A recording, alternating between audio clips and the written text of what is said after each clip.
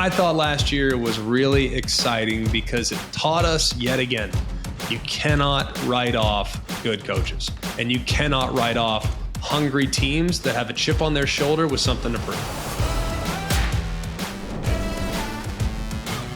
Hello, welcome to the August 8th edition. It's Monday. It's always college football. He's Mark Kubiak. I'm Greg McElroy. We really appreciate you being with us from wherever it is you're getting the content, whether that's on Apple Podcast, on Spotify, or if you're here with us on the ESPN YouTube channel. Please like, rate, and subscribe. It helps us out. It helps the show out. So we really appreciate the future interaction. We have a great game plan in store today. We'll get to that in a moment, but we have a poll.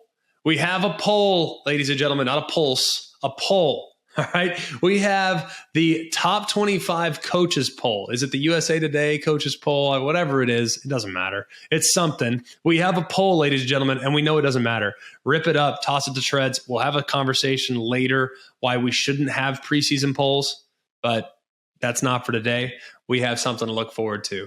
So right now, Alabama sits atop the coaches poll with 54 first place votes. In at number 2 is the Ohio State Buckeyes. They have 5 first place votes. I'm surprised, actually, that gap is as wide as the coaches suggest. Because Alabama with 54 against Ohio State's 5. I thought it'd be somewhere, I thought Bama would be 1, but I thought it'd be like 35-20 or something like that. Not so heavily in favor of the Crimson Tide. Ohio State, of course, with the 5. Georgia is 3rd. They have 6 first place votes in the coaches poll. Here's where it gets interesting. The Clemson Tigers are sitting at number 4 in the coaches poll. Now, I like Clemson this year too. I'm glad that other people are taking note. They bring quite a bit back, and there's reason to believe that they could find their way back into the playoff again. To round out the top 5, you have Notre Dame, and then 6 through 10 is as follows. Michigan is at 6. Texas A&M is at 7. Utah is at 8, Oklahoma's at 9, and then Baylor rounds out the top 10. If you want any further information, you can check out at AlwaysCFB on Twitter, or you can hit it up on Instagram as well, AlwaysCFB. We will tweet the poll. Want your reactions to the poll at AlwaysCFB. We have a great game plan in store for you today. We're going to dive into some teams from last year that won 10 games. Some teams, they base the success of their season on whether or not they win a championship. Well, one team in particular, especially in the last couple of weeks, basically said, hey, if we don't win a national championship, the season's a failure. That's what Bryce Young from Alabama, that's what he said. All right, I don't know if I'd go that far because that means that 130 teams out of 131 in the FBS have failed seasons. No way. I don't look at it that way. Look at it through the bigger picture. Everyone's entitled to their own opinion about what success is. It's a relative term. But usually the benchmark for a great season is 10 wins. We'll dive into a couple teams that won 10 games a year ago and tell you what's good, what's bad, positives, negatives about those teams, whether or not they might be able to repeat the success of last year here in 2022. We'll do that, and we'll get into your mailbag questions as well. We're very, very excited to dive in to the mailbag. So without much further ado, let's talk about it. 10-win seasons are very much underappreciated, I think, when it comes to college football fans. I think most teams, and most programs, and most fans will look at it and say, well, my team should win 10 games a year. I mean, at the bare minimum, that is the absolute have-to-have-it win. Look at Nebraska. They fired Bo Pelini when he only won 9 games of the year. Look at Texas and how many times they won 10 wins a season under Mac Brown. Well, eventually it's not good enough, but for the most part, winning 10 games a year is one heck of an achievement. Look, I know that some programs define success or failure by winning championships. One in particular, just last week, Alabama, Bryce Young came out and said, if we don't win a national championship, the season's a failure. Now, I don't necessarily look at it that way, but some people do, and I completely understand that line of thinking. But there's one national champion a year. There's 131 teams playing FBS football right now. 131. There's one national champion. Well, are the other 130 teams, are they failures? I don't see it that way. What about if you define success as a conference champion? Well, there's only 10 more of those. 5 in the Power 5, 5 in the Group of 5. So are the other 120 teams, are their seasons considered a failure? Absolutely not. No, I think 10 wins is often the benchmark for what I would consider to be a great season. And I think it's more difficult to do than some people like to suggest. If you think about it, in 2021 and in 2019, let's exclude the COVID year of 2020. Let's just get rid of that year. Some teams played 4 games. All right. So let's just get rid of that year as far as how we gauge success. In 2021 and 2019, there were 28 programs that had 10 wins. In 2018, there were 25 programs that reached that mark. So it is achievable, but let's not get it twisted. It's extremely difficult to do. Well, let's dive into a few teams from last year that won 10 games. And let's gauge whether or not they'll be able to repeat that success here in 2022. So for each of these teams, we have a little bit of coaches sound. We're going to listen to coaches, but we're also going to give you the good news and the bad news of each of these teams that are coming off of great seasons. Let's start with the Ole Miss Rebels. Lane Kiffin and Ole Miss, they're coming off their first 10-win season since 2015. Their first 10-win season in the regular season ever. And they were on the verge, if not for an injury to Matt Corral, of maybe chasing the first 11-win season in Ole Miss history. They're looking for first back-to-back 10-win seasons since 1959 and 1960. So they are in very, very thin air relative to what their program's done in the past. So let's listen to what their head coach, Lane Kiffin, has to say. A lot of new guys, as you guys know, so a lot of work to do with them. Same story, on and off the field. I think our coaches have done a good job so far. There's a lot of meshing together there as well, with half the staff being new and a new strength coach. So it's great to have a training camp. Sometimes you got so many returning pieces, it's not as important, and you're more managing just to stay healthy. This would not be the case. All right, you heard it there from Lane Kiffin. This team is on the cusp of doing something that is historically significant for their football program. But like I said already, we're going to hit the bad news and then the good news. We're going to start with the bad because we want to leave you feeling good about what the Rebels might be as we get into this upcoming season. Let's start with the bad news. We all know what they lost. They lost Matt Corral. Not only was Matt Corral a significant player on the field, but I think his leadership, his competitiveness, it oozed to every corner of that locker room. And when he went down and we were calling the game there at the Sugar Bowl, it was as if all the life went out of the sideline for Ole Miss, and they really couldn't get anything going after that point. So he meant not just what it meant to play quarterback at a high level, but I think he was their heart and soul, and having to replace that will be insanely difficult. Here's the other things they lost. They lost their top 4 rushers from a year ago. Matt Corral was one of them, by the way, but we cannot lose sight of the importance of what Jerry and Ely meant to that team as far as not just running the football, but also contributing in the passing game. Snoop Connor, who was a physical presence, a downhill back. Ole Miss had long been kind of questioned, how tough are they? How physical are they? Well, Snoop Connor left no doubt.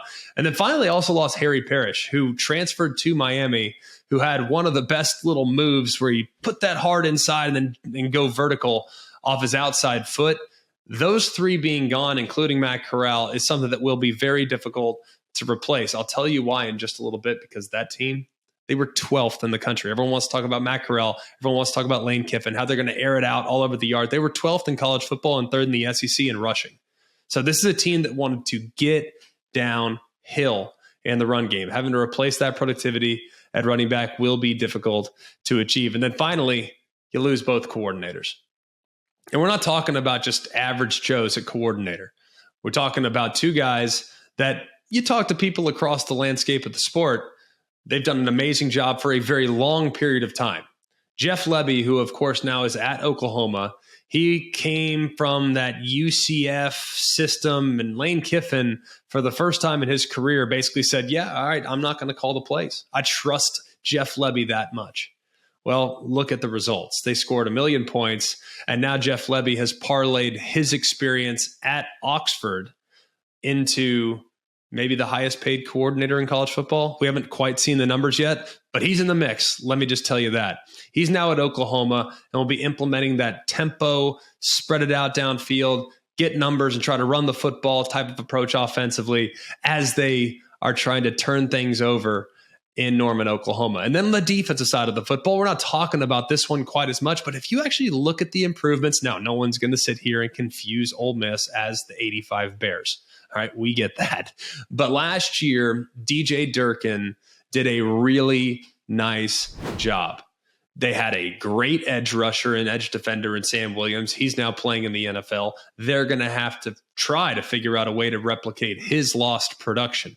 Then you look at the second level, Chance Campbell, their middle linebacker. He's gone. He's out to the NFL as well. He was a transfer from Maryland, did some nice things there for the Rebels in the middle of that defense. And the guy that I might have liked the most on their defensive side is Mark Robinson. He was a backup linebacker, but he got drafted in the 6th round of the Pittsburgh Steelers because he could bring the heat. The dude was going to hit you. I think he had like 3 targeting penalties last year. We're not encouraging that, but he just set the tone for Ole Miss throughout the course of the season. So replicating that success that that group had last year. Now, no one's saying, like I said, they are not going to be a team that's going to hold teams to 12, 13, 14 points. But they might be a team that can hold you to 28. And I feel pretty confident in their offense being able to get 30. Now, 28 points, that shouldn't be the barometer. They should strive for a little better than that. But they took strides last year, I think in large part due to DJ Durkin. Now he's at Texas A&M. So replacing him will be challenging. Let's go to the good news, because I don't want it to be all bad. It's not all doom and gloom in Oxford, Mississippi. It never is. It's one of the best college towns in America.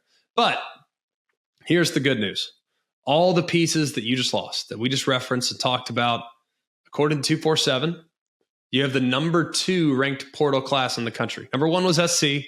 Ole Miss was number 2. Lane Kiffin's been called the Portal King, right? He's embraced that nickname. He's embraced this new age, this new era of college football. So what do? You lost your top 4 rushers. Hey, let's go find some running backs. You go get Zach Evans, who's a transfer from TCU, 5-star guy coming out of high school, probably going to become a 5-star guy on the field as well. He has insane talent. Very powerful, can contribute in the passing game. Think he'll be a factor there, a weapon there. No matter how Lane wants to use him, he's going to get looks in what should be favorable run looks because of how they're going to spread receivers out horizontally. You also bring in, because you don't want to have just one running back, you got to have 2. You bring in Ulysses Bentley from SMU, a little bit smaller, about 185 pounds, but is really quick twitch and will do some of the things that Jerry Neely did last year. Jerry Neely was small too. Wasn't huge north and south type of guy. That was Snoop Connor. Well, Zach Evans now fills the Snoop Connor void, except maybe with a slightly higher ceiling. And then Ulysses Bentley, he'll fill the Jerry Neely void as, hey, get me the ball on the perimeter. Let me do work in space. Those 2 guys, huge additions through the transfer portal. But it's not to be outdone. You bring in 2 guys from SC. Michael Trigg at tight end, who they are going to use and move him around. He'll be in the slot. He'll be out wide. He'll be on the end man of the line of scrimmage. They might even have in the backfield. Lane's very creative when it comes to moving pieces around. You got to think that Michael Trigg is going to be a fun piece to work with as they're going throughout this season. And then at quarterback too, Jackson Dart. Will he be their starter? We don't know just yet. I still think that this competition is very much up in the air because Luke Altmaier is a guy that the coaching staff has raved about on more than one occasion. He's a gamer. He played his heart out there against Baylor in the Sugar Bowl, and he was thrust into the lineup with really not a whole lot of help. That was a difficult situation to be thrust into. So I think people have unfairly judged what he might be. And ultimately, when we fast forward a little bit, he might end up actually being the best guy for the job. Jackson Dart struggled in the spring too. I think that's a 50-50 competition. Flip a coin. We'll see who wins it. They didn't just do it on the offensive side of the football, though. They actually went and added some pieces on defense as well. Jared Ivey is a defensive end from Georgia Tech. He might replace Sam Williams there on the end man of the line of scrimmage. And then at the second level, Troy Brown, undersized linebacker from Central Michigan, but crazy productive last year. The guy flies sideline to sideline, probably going to play outside in this system. But either way, they replaced a couple of key departures with a couple of key pieces in the portal. That's the first reason why I feel very good about what Ole Miss might be this year. The second reason, you still have Lane Kiffin. You can tell me Jeff Lebby's gone. Lane Kiffin still, to this day, if not the best offensive mind in college football as far as creating matchups and creating opportunities for their offense and finding double move matchups. We're going to hit guys over the top. He's going to toss a clipboard in the air, and he's going to celebrate before the ball is even completed. He's still one of the very best. The guy's a mad scientist Monday through Friday, being able to draw things up to create favorable matchups for them. So regardless of who they lost, they're still going to be able to find pieces to take advantage of the opposing defense. And then finally, yes, front seven defensively might be a little bit of a work in progress. You bring back everybody in the secondary. And in a league that is progressing more and more towards airing it out. You look at what Bama has done in the past. You know they're going to try to throw the football. Mississippi State, Mike Leach, you know they want to throw the football. You got to think that LSU and A&M, they're going to try to find balance, but for the most part, they're going to put an awful lot on their quarterback's shoulders. Arkansas is going to be a run-first team, but who knows?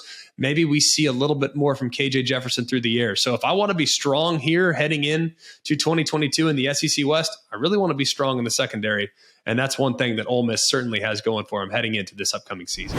Moving up north now, or as some schools like to refer to him as the team up north. Well, it's the Michigan Wolverines. They're coming off their first 10-win season since 2018 and looking to find their first back-to-back 10-win seasons since 2015 and 2016. Those are Jim Harbaugh's first two seasons there in Ann Arbor. There is some turnover. There are a couple question marks.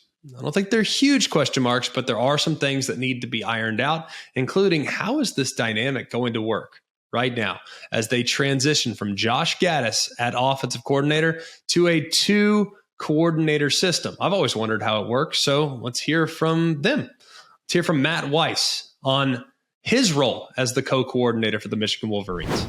Yeah, I think it's really a blessing for us to have it's another Jim Harbaugh stroke of genius that he somehow found a way where he got two, where everybody else has one. And I think we work really well together. And we're very collaborative. And I know Sharon is a great resource for me. And I try to be a great resource for him. And I think so far we're really happy with where the offense is at and where we're going. And we have the same vision, all on one accord. And I think it's exciting. I know I'm glad that he's here with me. He's a great coach. And hopefully he would tell you the same thing. All right, we've heard from Matt Weiss. Now let's transition to the other coordinator who's going to be in charge of, we'll find out. Let's hear from Sharon Moore, the offensive coordinator or co-offensive coordinator of Michigan. We'll be collaborative. We have a method to how we're doing things. We've been pretty smooth so far, and it's just been rolling. The kids have really adjusted, and everything's been good. All right, let's talk about Michigan now. Michigan, I think last year was such a breath of fresh air. They made me so happy. Not because I'm a Michigan fan, but because it was just fun, I think, as a fan of college football, to see Jim Harbaugh answer the critics. Remember last year going into the season, everyone said, well, he just took a huge pay cut. He's get a 1-year prove-it deal. He said, all right, I'm going to bet on myself. Let's just go see what we can do. Let's get it done. Everyone was saying, oh, man, maybe they'll finish third, fourth in the West, or in the East, excuse me. Well, clearly that wasn't the case. Oh, Jim Harbaugh is never going to win the Big Ten running the ball like that archaic offense. Oh, what did he do? I thought last year was really exciting because it taught us yet again, you cannot write off good coaches and you cannot write off hungry teams that have a chip on their shoulder with something to prove. There's one thing we learned about last year. That's exactly what it was. And I think if you look at this Michigan team, they have a lot of reasons to believe they're going to be maybe not just as good, but there are a few things that they can iron out to get back to a position where they could potentially threaten to get back to the college football playoff, where I know they want another shot at it. Last year did not go their way against Georgia there in the semifinal. I know they want a shot. I know they can get a shot. They just have a few things to figure out. Let's start with the bad news. Do I really need to say it? Like, am I really telling you anything you don't know? Aiden Hutchinson, David Ajabo, Hinton. I mean, you name it, that front four defensively, really the whole front seven. I mean, goodness gracious. These guys could get after the opposing quarterback. And you've probably heard me say this. I've said this 100,000 times, it feels like. If I can have two positions in college football, I get two. It doesn't matter. I'm taking quarterback and I'm taking defensive line. Well, quarterback, more on them in just a minute. But defensive line, this group single-handedly carried Michigan to their first Big Ten title in quite a while. And it was so fun to watch. Aiden Hutchinson, of course, now a Detroit Lion. David Ajabo, if not for the injury, he would have gone in the first round as well. Either way, those two guys will be next to impossible to replace. Why? Because you have to figure out a way to get pressure. And if you can't get pressure with 4 like they could last year, then you got to blitz guys, which puts more pressure on what? The secondary. And more pressure on the coordinator to get guys free. So there's a lot of things that will be difficult for Michigan to overcome when trying to replace those pieces. They've recruited well, but either way, if you can expect guys to just step right in and fill that void, it's high expectations. So we'll see what happens. You have to also replace both coordinators. We talked about the offensive coordinators just a moment ago. How does that dynamic work? I seem to think it's really not that archaic anymore to think, well, you can have 2 coordinators. It's not like the situation. This is ironic that we're talking about Michigan when it comes to this thing. It's not like where if you have 2 quarterbacks, you have none. Well, if you have 2 coordinators, you have none. Well, look at Michigan, 2 quarterbacks and 2 coordinators. I think they'll be just fine. So what I would say about this is, while I'm disappointed that they have to replace Josh Gaddis, I thought Gaddis did an amazing job last year, and route to the Burroughs Award, which goes to the nation's top assistant. I thought they did a lot of things that really made me proud as a guy that appreciates offensive football. I thought they got creative from time to time with how they created run looks. That the offensive line played their tail off all season long, and they rode those guys as best they could. I thought they used the quarterback derby beautifully. It's not easy to take out Cade McNamara, put in J.J. McCarthy, and vice versa. That's a difficult thing to try to figure out. And I thought they handled it and managed that beautifully last year by making sure that both guys could highlight their own strengths and they could kind of push away their own weaknesses. So I thought everything, the way they handled their offense last year, was a thing of beauty, especially knowing week 1, you lose Ronnie Bell, man. That's a difficult thing to overcome. You lose your number 1 target, your number 1 weapon week 1, and then all of a sudden, hey, we got to go score a lot of points, boys. Let's go figure it out. It's not an easy thing to do, so I have to tip my cap to the offensive staff led by Josh Gaddis last year at Michigan. You also lose your defensive coordinator. And I know that Mike McDonald, I don't know if he had a huge say in Jesse Minter being named his replacement, but it feels like Jesse Minter completely understands what he's stepping into. Anytime you're going to a place where they've had 3 different defense coordinators in 3 different years, that's a difficult thing. And philosophically, from year 1 to year 2 was somewhat different. So I look at where they're at right now, and Mike McDonald now going back to the Ravens to be the defensive coordinator. He spent time with Jesse Minter on that staff in the past. So hopefully there won't be much difference between what they were doing last year defensively and what they're doing this year defensively, as far as terminology, as far as system, as far as philosophy, how they want to get after the quarterback, what coverages they're going to lean on 3rd down and red zone. So hopefully there will be a lot of carryover from last year to this year. So either way, though, anytime you have to replace a coordinator that did a great job last year, that's a difficult thing to unfold. And here's the third reason why it's bad news for the Wolverines here chasing 10 wins again this year. You have to go to Columbus. And the Buckeyes seem ticked off. It doesn't mean that you don't have the recipe. You clearly do. Look at what you did last year in being able to neutralize that passing attack, being able to find ways to create yardage on the ground, being able to allow your quarterbacks to make plays in perimeter, in space, create big plays, all those other things. You did such a beautiful job last year at home, and it felt like that game was many, many years in the making. Well, guess what? What did Ryan Day say throughout the course of his press conference at Big Ten Media Days? He said, our first goal is to beat the team up north. Well, you think they haven't circled that game this year? You think they haven't talked about that game internally? Because I can speak from my own experience. Y'all, when we lost to Florida in 2008, all we talked about all off season was beating Florida. We have to beat Florida. It's all about Florida. It's all about the Gators. Well, when we got our opportunity to play the Gators in 2009, after an entire offseason was spent focusing on one team, we smoked them. That's a difficult thing to overcome. So don't think for a second that's not bad news. Doesn't mean you can't win. Just means you better be ready to play your A game, because that might be what it takes to be able to get a win on the road against your bitter arch rival. All right, those are the bad news. Here's the good news. You have weapons. That's number one.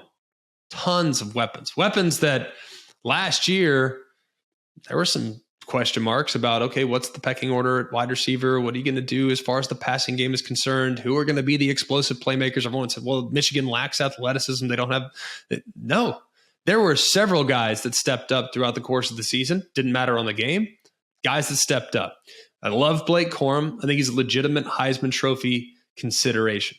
He's in that conversation. Now, he's got to stay healthy. He's got to be at 100%, and he's going to have to be a workhorse. Hassan Haskins not there. They still have really good pieces to spell Corum. I think that he'll be in a little bit of a running back by committee approach. But when the going gets tough, I want the best player on the field with the ball in his hand. More often than not, when Michigan's on offense, Blake Corum is the best player. The good news is, in addition to Blake Corum, you get Ronnie Bell back. Hurt his knee in the first game of last year, missed the season. It crushed him to not be out there as a part of that very special unit offensively. I think they're in good shape with their weapons. I think, you have two quarterbacks. And right now, I know people would say, well, that's not a good thing. I want one of those guys to emerge. I want there to be a situation where there's a clear one, clear two, and that's the way we're going to operate. But right now, when J.J. McCarthy's on the field versus when Cade McNamara's on the field, you have to prepare for almost two completely different offenses. J.J. McCarthy's he's gonna really lean into the quarterback run. He's going to use his athleticism. He's going to do all the different things as far as the run game's concerned that Cade McNamara is probably not going to be a big part of. Now, Cade McNamara is an athlete too. It's not like he's chopped liver back there standing stationary in the pocket. No, he can move around. He can create. But J.J. McCarthy, when he's on the field, every single defender's thinking, I got to stop quarterback run. That dude's scary with the ball in his hands. Let's make sure the ball's not in his hands once this ball is snapped. McNamara, he's the one that came out and said at Big Ten Media Days, hey, last time I checked, there's only one returning Big Ten championship quarterback in the league. Give me that guy. I want that competitor. I love that he's coming out swinging. He's fired up for this opportunity to fend off what is a very worthy opponent in the quarterback competition. And I think Cade McNamara's best football is in front of him. He's savvy. He does the little things. I think he's a little bit like Stetson Bennett in the sense that he probably doesn't get the respect he deserves, but he deserves it, man, because he's a big reason why they were in that position last year. And then final reason why it's good news for the Wolverines. When you think about the DC situation like we just talked about, man, how much can it really change from year one to year two? And I'm saying year one to year two because Jesse Minter's been outspoken about the fact that, hey, man, I want this to be year two in Mike McDonald's system. I might be the guy that's pulling the trigger and calling the plays on game day, but everything we do in the days and weeks leading up to our specific matchups, it's going to be just like Mike McDonald did. So there'll be familiarity, there'll be continuity, and as a result, the guys can play fast. So I think there's a lot of good right now when it comes to the Michigan Wolverines. I'm bullish. I'm optimistic. I think people are writing them off way too soon and focusing way too much on what they lost and not focusing quite enough on what they bring back. And yet another team coming off their first 10-win season since 2015, that'd be the Houston Cougars. They're looking for their first back-to-back 10-win seasons in school history. And it wasn't just a 10-win season, I might add. They were 12-2. With wins over Auburn, and they gave Cincinnati a run. This team did everything that you could possibly want from them last year, and yet they now enter the season as what I think might be the best Group of Five team in America. Here's their head coach, Dana Holgorsen. Our first team meeting was this morning, and I told them, look, we're 0-0, and everything that happened last year don't count, and all the expectations and all the preseason accolades and, all that stuff doesn't mean anything.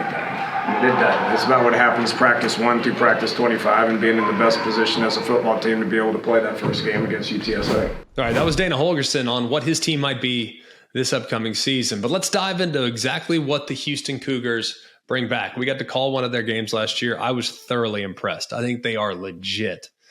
Across the board, they have some great pieces. They lost a couple good pieces to the NFL, no denying that. But when you look across the board, they have continuity, they have a lot of experience, and they have a lot of top-tier talent. But let's dive into, like we have the last couple teams, let's dive into the bad news, all right?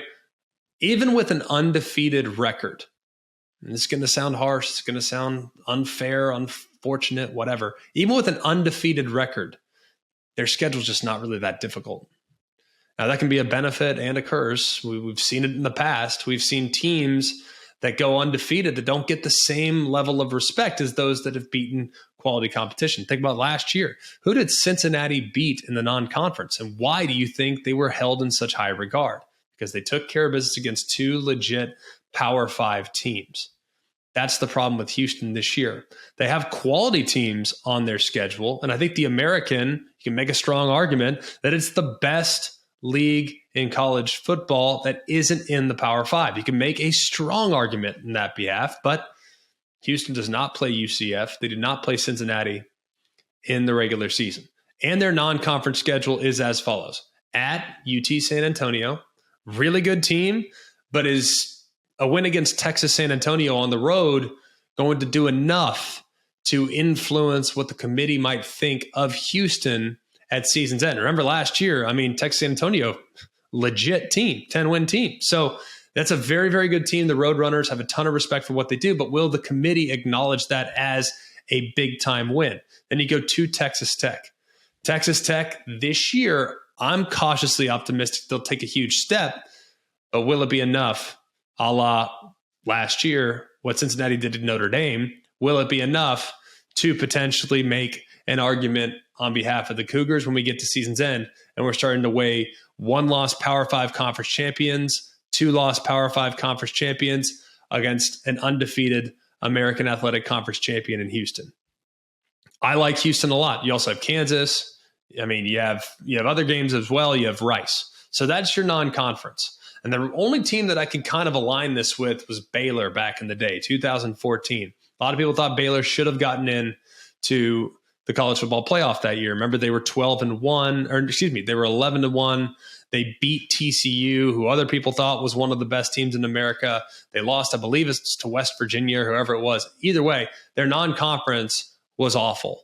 And it really hurt Baylor's resume to the point in which they fell behind Ohio State when evaluating the bigger picture.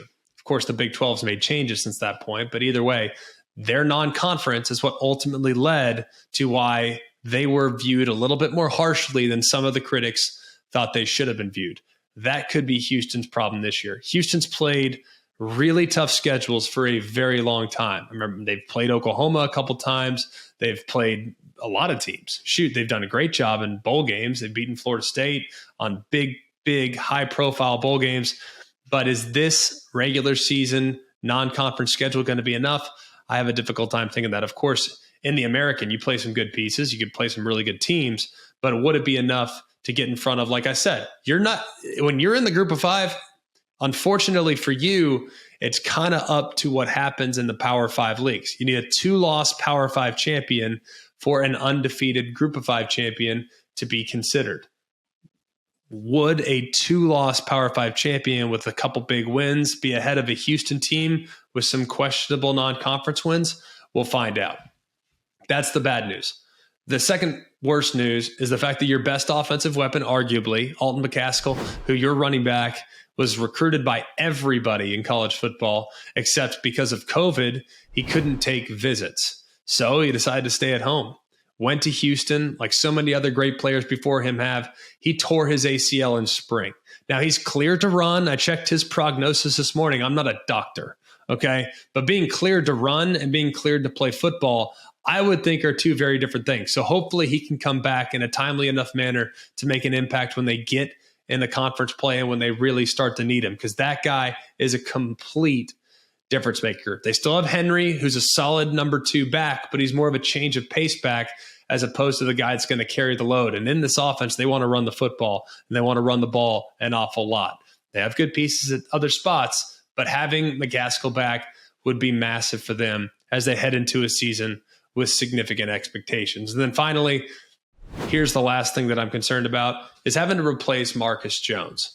Now, everyone knows about the defensive line, and they lost, a second-round pick. All this, that's fine. But the difference maker to me on that side of the ball, more so than just about anybody, was Marcus Jones. Now, he was undersized. He was 5'8" at corner. But what he meant in the return game and how he was willing to go out and cover the best wide receiver for the opposition every single week, and wanted it. He wanted that matchup. He wanted to prove that he could play corner at a really high level, and he did so time and time again. Being able to replace that will not be easy, not just because of what he brought to the field, but also what he brought to the locker room with character, with toughness, with a blue-collar mentality that permeated its way all throughout the rest of the locker room.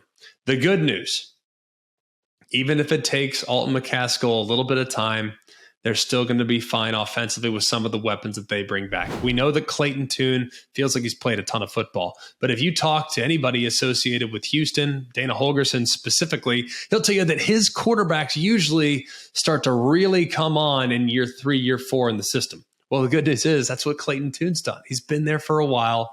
He has a great understanding of what they want to be offensively. I think he understands what he can do, what he can't do, when to take risks, when not to take risks, what type of hole can I throw it into when working against some of the best defenses in America.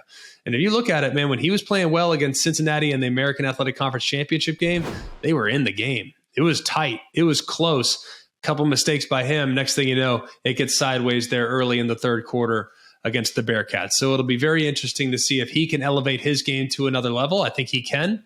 And then Nathaniel Dell at the outside, he's going to be primarily playing the slot because of the pieces they added in the transfer portal. Well, he got a ton of volume last year. He got a ton of looks last year, had a ton of catches, a ton of yards after catch last year. I think all those numbers could go up this year if he's primarily playing out of the slot and there's more threats outside, which there should be because of how Houston has attacked the transfer portal to try to bring in more depth and more quality at wide receiver. Couple that with the solid additions, and you can feel really solid about what this passing attack might look like. And then finally, what might be a curse could also be a blessing. I already referenced the fact that you don't have Cincinnati and you don't have UCF on the regular season schedule. Now, that might work against you when we look at everything at season's end when trying to make a case for yourself as far as the college football playoff is concerned. But today, the case is not about the college football playoff. The case is about whether or not you can get to 10 wins. I think you have a real strong chance, with the exception of Texas Tech, to be favored in each of your first 4 games. And then you look at who you play throughout the rest of the regular season, everything looks pretty gettable. Where you play teams, when you play teams, how things stack up as far as your bye is concerned. I think Houston is without question poised to get to 10 wins, and I wouldn't be shocked if they flirted with 12 like they did a year ago. All right, so fun to break down some of those teams that won 10 a year ago. And by the way, if you think we're done with that, it's a series. Don't worry, we're going to get back to it.